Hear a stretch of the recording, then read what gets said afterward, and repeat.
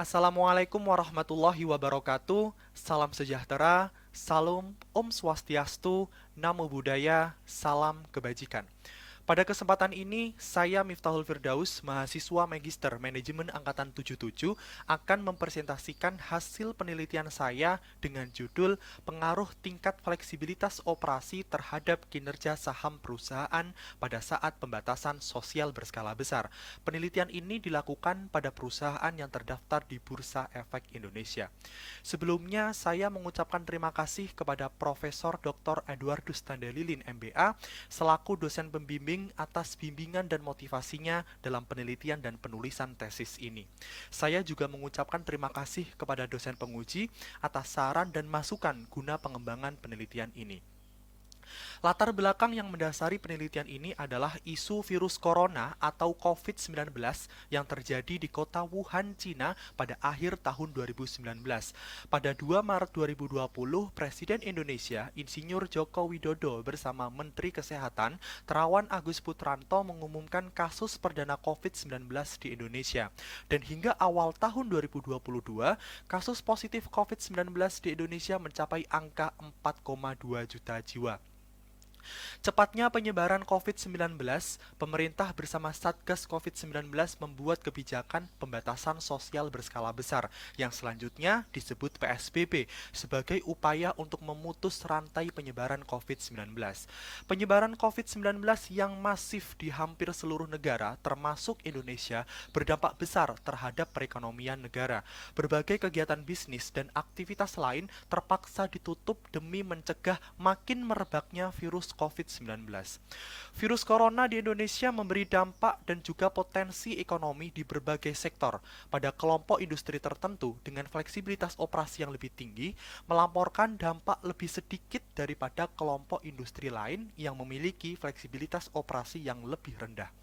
Menurut data Kementerian Keuangan, potensi dan ekonomi terdampak di Indonesia dibagi ke dalam 3 klasifikasi. Sektor rugi yang terdiri dari sektor pariwisata, pertambangan, transportasi, dan lainnya. Sektor untung dan rugi terdiri dari pertanian, UMKM, dan keuangan. Dan sektor untung terdiri dari sektor teknologi telekomunikasi, kesehatan, dan lainnya. Penelitian oleh Liu dan kawan-kawan tahun 2020 menunjukkan bahwa pasar saham bergerak menurun yang disebabkan oleh adanya lockdown di Cina. Fakta dari penelitian tersebut juga menunjukkan bahwa fleksibilitas operasi berperan dalam ketahanan dan stabilitas perusahaan dalam menghadapi pandemi COVID-19. Dengan melihat fakta tersebut, isu pada penelitian ini adalah tingkat fleksibilitas operasi perusahaan di Indonesia berpengaruh terhadap ketahanan perusahaan dalam menghadapi pandemi COVID-19 dan dengan menggunakan analisis peristiwa pada saat pemerintah mengumumkan pemberlakuan PSBB.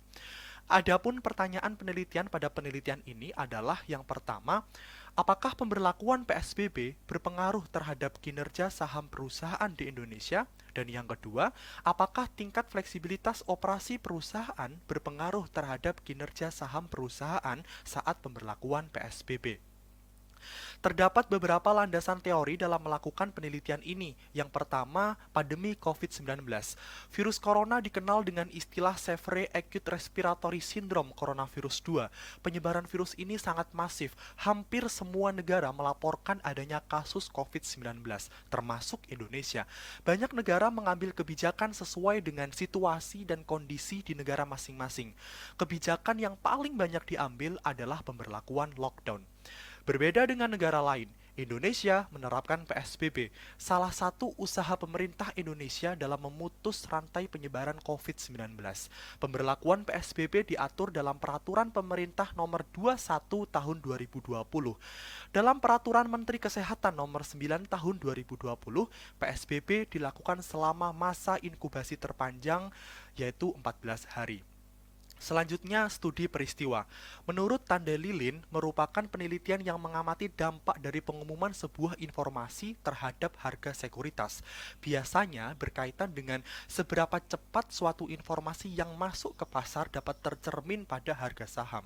Selanjutnya adalah fleksibilitas operasi. Menurut Gu dan kawan-kawan, real option memang membuat pengembalian saham akan lebih aman. sehingga akan menurunkan expected return. Namun, secara intuisi menunjukkan bahwa risiko yang ditanggung oleh pemilik perusahaan akan berkurang dengan adanya fleksibilitas pada tingkat operasi dalam merespon perubahan. Landasan teori selanjutnya, kumulatif abnormal return. Menurut Jogianto, merupakan penjumlahan abnormal return hari sebelumnya dalam periode peristiwa untuk masing-masing sekuritas. Selanjutnya adalah risiko idiosinkretik yang merefleksikan informasi spesifik tentang perusahaan dan akan berfluktuasi sesuai dengan informasi itu sendiri, sehingga risiko akan berubah sepanjang waktu tergantung pada perubahan informasi yang terjadi. Berdasarkan penelitian sebelumnya oleh Yong dan Laing tahun 2020 tentang reaksi pasar saham di Amerika terhadap pengumuman WHO tentang COVID-19 sebagai darurat kesehatan global, memberikan hasil bahwa pengembalian abnormal kumulatif signifikan negatif dalam jangka pendek dan berdampak terbalik dengan jangka panjang, sehingga dibentuk hipotesis pertama adalah pemberlakuan PSBB berpengaruh negatif terhadap kinerja saham perusahaan di Indonesia. Penelitian oleh Liu dan kawan-kawan tahun 2020 menyatakan tingkat fleksibilitas operasi mempengaruhi kinerja perusahaan dan memberikan hasil bahwa tingkat fleksibilitas operasi memiliki hubungan searah dengan performa perusahaan saat pandemi, sehingga dibentuk hipotesis kedua adalah tingkat fleksibilitas operasi memiliki pengaruh positif terhadap kinerja saham perusahaan di Indonesia. Berikut model penelitian. Metode penelitian ini memiliki beberapa bagian. Yang pertama, data dan sampel. Terdapat beberapa data yang digunakan pada penelitian ini. Yang pertama, daftar emiten perusahaan yang terdaftar di Bursa Efek Indonesia hingga Februari 2020, total aset, total pendapatan, biaya operasional, return on asset, leverage, market capitalization, book to market ratio, rasio investasi terhadap total aset, dan harga saham masing-masing sekuritas. Sedangkan sampel pada penelitian ini terbatas pada perusahaan yang tercatat di Bursa Efek Indonesia hingga Februari 2020. Perusahaan industri keuangan, kesehatan, dan teknologi dan perusahaan yang terdaftar di Bursa Efek Indonesia kurang dari 30 hari tidak termasuk sampel penelitian. Teknik pengambilan sampel berdasarkan metode purposive sampling dengan data sekunder, sedangkan sumber data dan sampel dari Thomson Reuters dan website Bursa Efek Indonesia. Selanjutnya terdapat beberapa definisi operasional variabel pada penelitian sebagai berikut.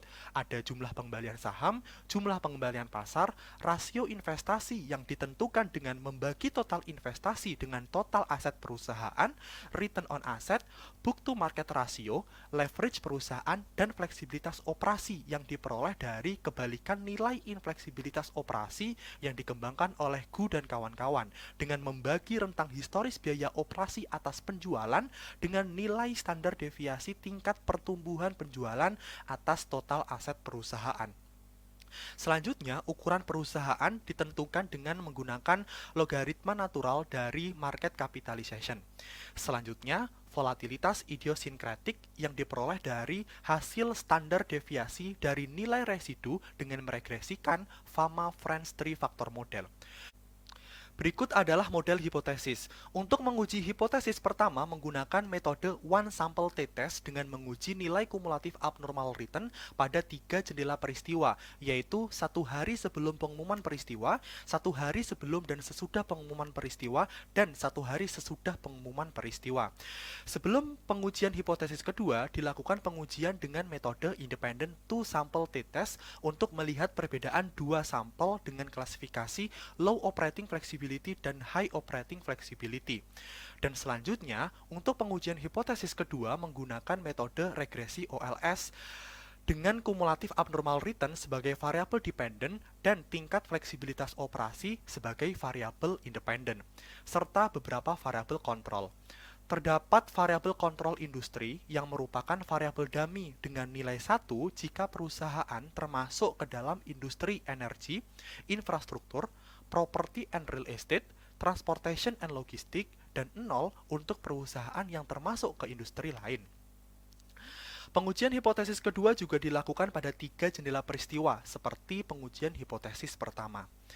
Sebelum melakukan pengujian hipotesis, Pada tahapan ini dilakukan uji asumsi klasik yang terdiri dari uji normalitas, autokorelasi, dan multikolinearitas.